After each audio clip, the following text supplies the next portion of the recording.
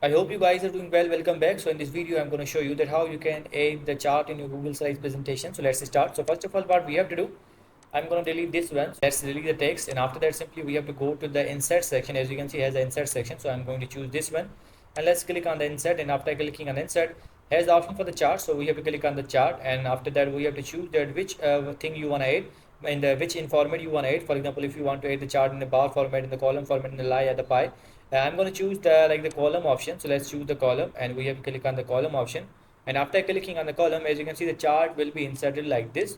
As you can see, if you want to link your chart, you can also do that. I'm going to delete this one, and after that, let's insert a chart in a different style. So let's go to the chart, and now I want in the pie size. So let's click on the pie. It will take few seconds in inserting your chart. So as you can see, now the chart is inserted. So in this way, you can insert charts in a different styles like the pie, column, and the line as well.